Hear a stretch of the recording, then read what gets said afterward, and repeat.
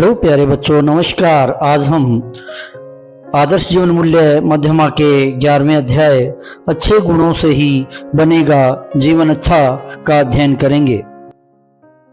तेषामेवानुकंपार्थम अहम ज्ञानजम तमः नाश्याम्यातम भावस्तो ज्ञान दीपेन भास्वता।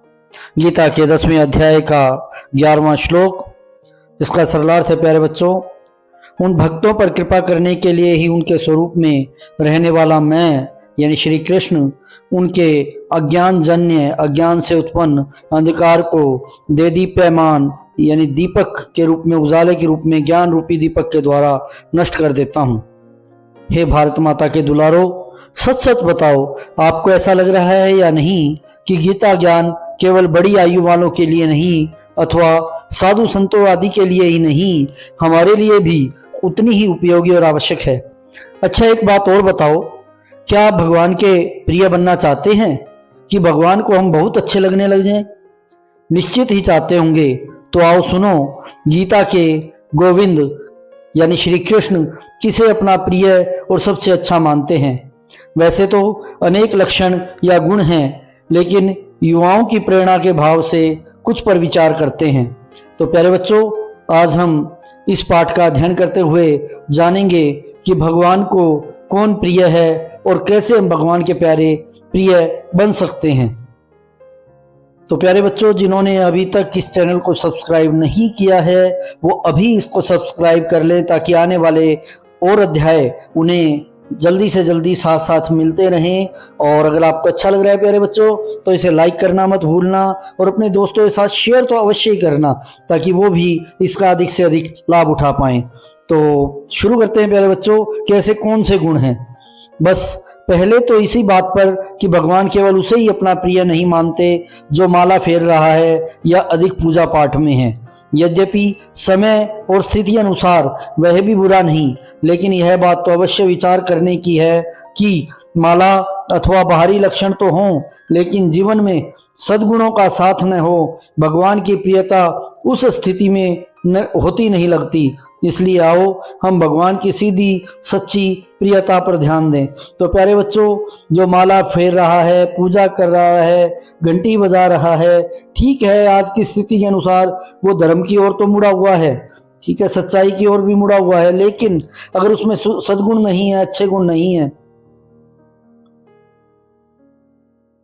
लेकिन अगर उसमें अच्छे गुण नहीं है तो वह किस प्रकार से भगवान का प्रिय बन सकता है। चलिए आइए इसी पर बात करते हैं। प्यारे बच्चों, सोचो, जब लेकिन अगर उसमें अच्छे गुण नहीं है तो वह किस प्रकार से भगवान का प्रिय बन सकता है। चलिए आइए इसी पर बात करते हैं।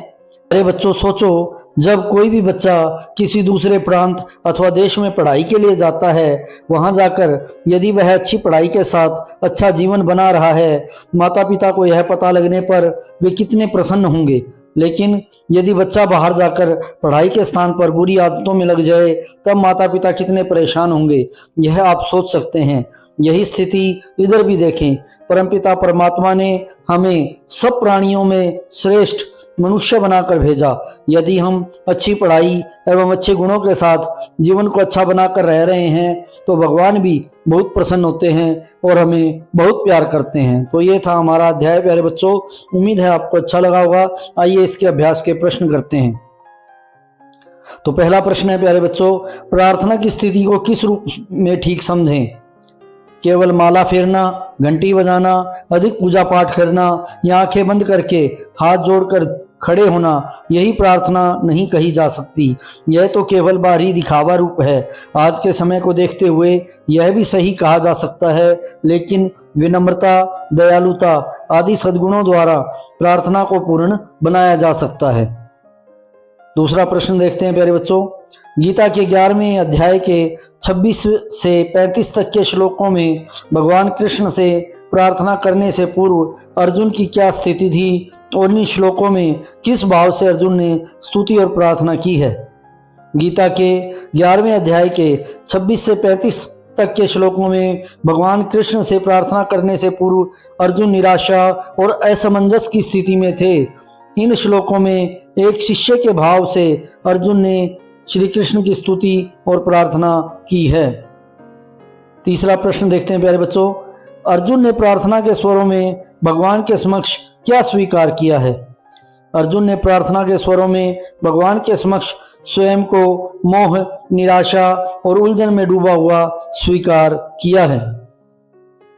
स्तुति प्रार्थना करने से क्या प्रभाव पड़ सकता है? स्तुति प्रार्थना करने से मन को शांति मिलती है, आत्मविश्वास और उत्साह बढ़ता है।